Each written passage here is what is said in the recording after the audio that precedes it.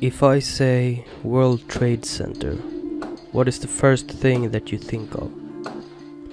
Probably September 11th, 2001. 2,977 people dead and 2 American landmarks crumbling to the ground.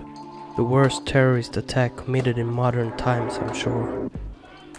Terror has for some reason always been a part of humanity.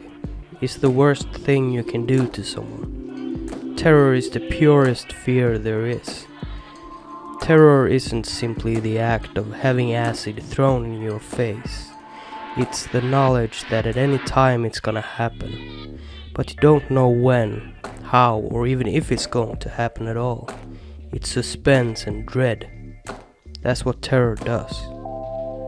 Back in the days when we lived in a less civilized society, armies would occupy a city, rape the women, kill the men, and let the word spread around, leaving other cities in terror, knowing that at any point a group of animalistic soldiers could just break down their doors, rape their wives in front of them, kill their children, and then kill them. And that is a very special type of fear. One that can crumble your existence even though nothing ever actually happens to you. Now let's talk about the car bomb that blew up the garage under the World Trade Center in 1993. A bomb that would kill 6 people and injure thousands. A bomb that resulted in changes that would save many lives on 9/11. In 1973 the Twin Towers were done. Ceremonies were held and everyone was proud and happy. Flash forward to 1984. And a decision is made to not implement strict safety measures, especially in the garage. Even suggestions such as to inspect vehicles at random was shut down. Something that would make the bombing easier to execute. In 1989 the FBI was staking out 4 suspicious Middle Eastern men. Mahmoud Abu Leima, Idal Ayad, El Said Nosair, and Mohammed Salameh. 3 of those men would all be a part of the bombing. One of the 4 men, El Said Nosair, would in 1990 be arrested for assassinating a rabbi holding a sermon, just shooting him down. No one did see him fire though, but police found a lot of damning evidence even though the jury would lean on acquitting the guy. The judge overruled them. Police had found bomb-making plans and ammunition in his home, as well as photographs of American landmarks, but they didn't look into it any further. On September 1st, 1992, terrorist Ramzi Youssef and Ahmad Ajay arrived at John F. Kennedy Airport. Ajay wouldn't get through the security though, as he sported a fake Swedish passport and he was arrested. Youssef, however, claimed political asylum and said he was in grave danger. Ajay had carried with him bomb manuals, books about explosives and books about combat. Youssef had formed a plan to topple the North Tower so that it would fall onto the South Tower, bringing the Twin Towers down, killing thousands. Something he would not succeed in doing. He would start building the bomb, a real heavy motherfucker, about 1,200 pounds or 650 kilograms. Youssef would recruit more people to go along with him. Mahmoud Abu Leima, Idal Ayad, Mohammed Salameh, and Abdul Yassin. Together they wanted to invoke some violent jihad, constantly preached by their Sheikh Omar Abdel Rahman. Youssef would visit the World Trade Center about 4 to 6 times in the weeks leading up to the boom. The big fucking boom.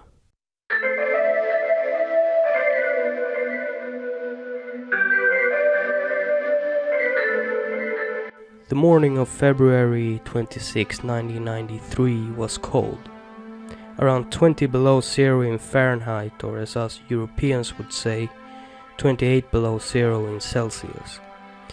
It was a Friday, so most people was looking forward to the day's end. 50,000 are at this time inside the World Trade Center. I'm sure most people there that day, whether they were working or just visiting, prefer to stay inside in the warmth. A group of kindergartners are going to see the observation deck at the top of the North Tower, and while everyone is going about their business, Ramzi Youssef is driving a van containing a 1,200 pounds urea nitrate bomb. He is going to park it on the B2 level garage, slightly below the North Tower, to create sort of a domino effect, if you know what I mean, making the North Tower fall into the South Tower, and all.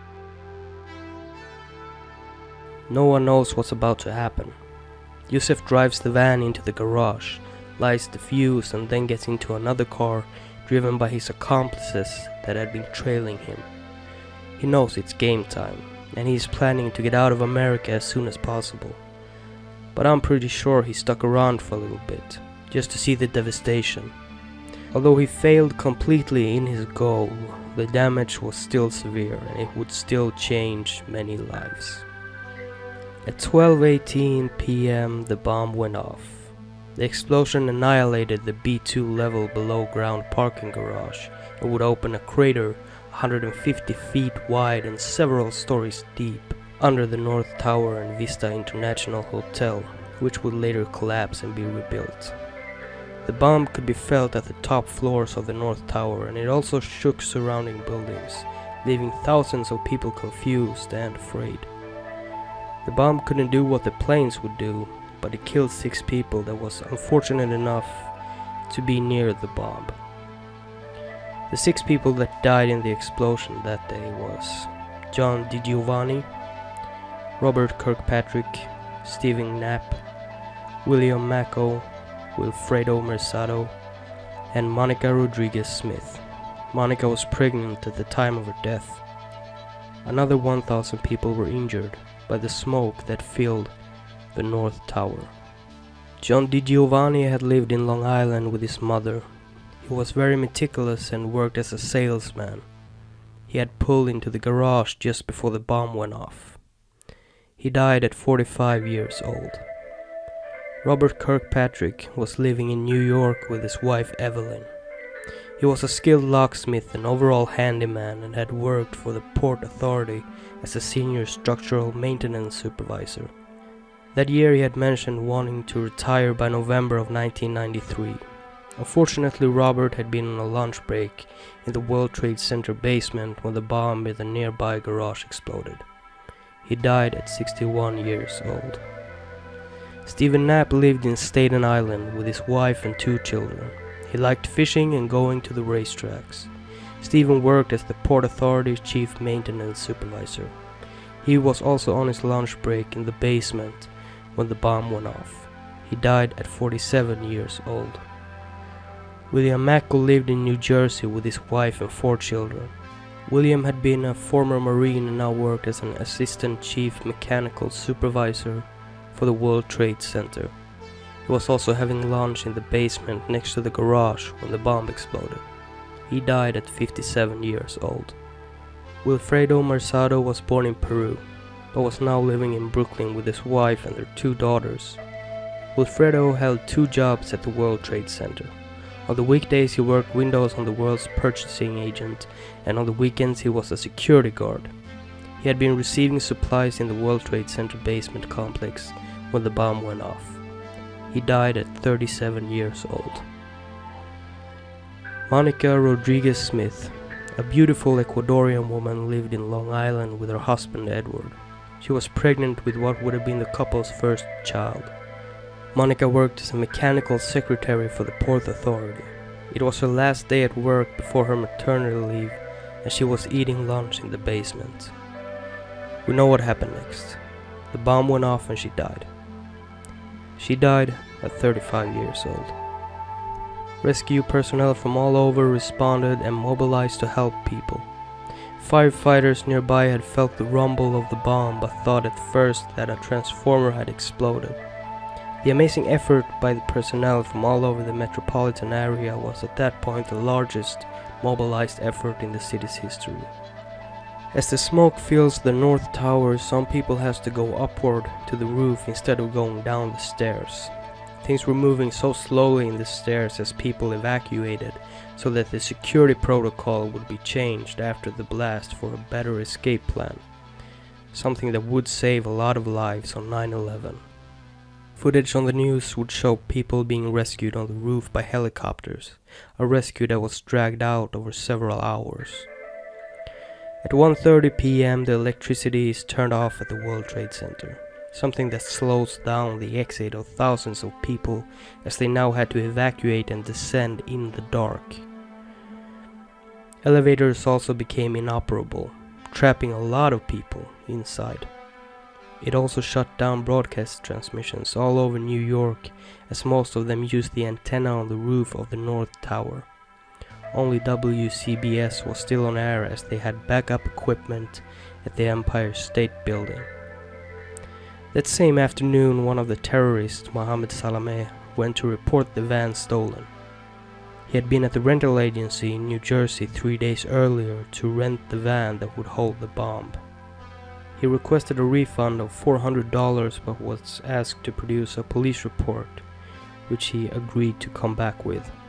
Around 5 p.m., circa 4 hours after the bomb went off, almost all 40,000 people had evacuated, making their way down smoke-filled and dark staircases. Many of them had no idea a bomb had gone off. They thought a transformer had exploded or that electrical fire had broken out. But the people stuck in the elevators had to wait longer, sitting there in darkness. The elevator shafts are incredibly long, and rescuers had to go to every individual floor and tap on the walls around the elevators and yell out for a response. It wasn't until 11:45 p.m. that everyone inside the building had been rescued. Just imagine sitting there trapped in a dark elevator. Maybe you're alone, maybe the elevator is full, but you have to sit there for 12 hours not knowing what is going on. That has got to fuck with your head.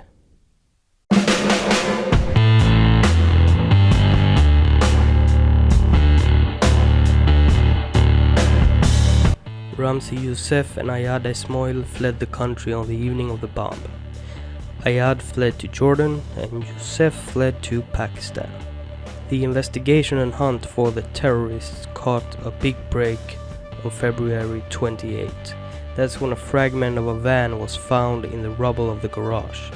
Engraved into it was a unique serial number, something that would lead them to the rental place where Salameh had rented the car in the first place. They had their smoking gun. Salameh had been returning to the rental agency several times asking for his $400 deposit. On March 4th, he would revisit the rental agency for the last time. By then all the connections had been made and FBI agents laid in wait for Salameh, arresting him on the spot. Police would then find evidence in his apartment that would bring down 3 of the terrorists that had participated in the explosion.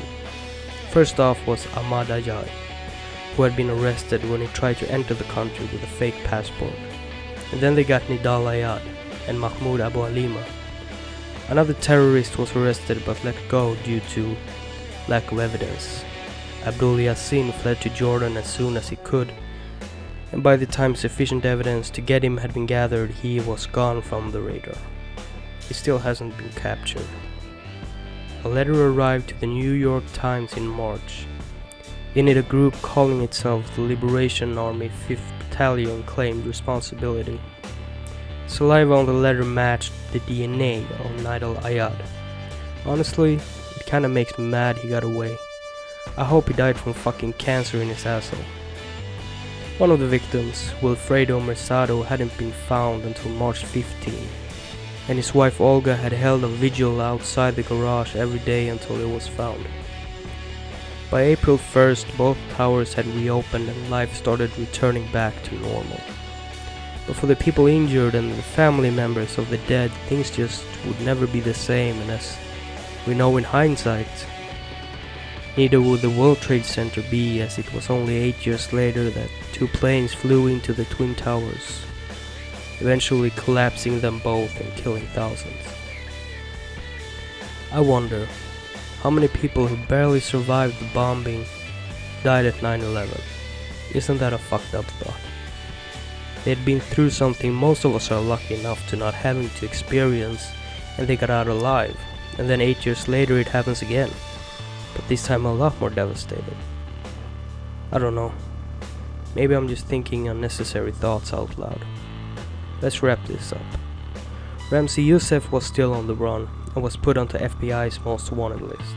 Over the next 2 years, he would add an assassination attempt of the Prime Minister of Pakistan and the attempted bombing of 2 American commercial airliners, and plans to assassinate Bill Clinton to his list of deeds.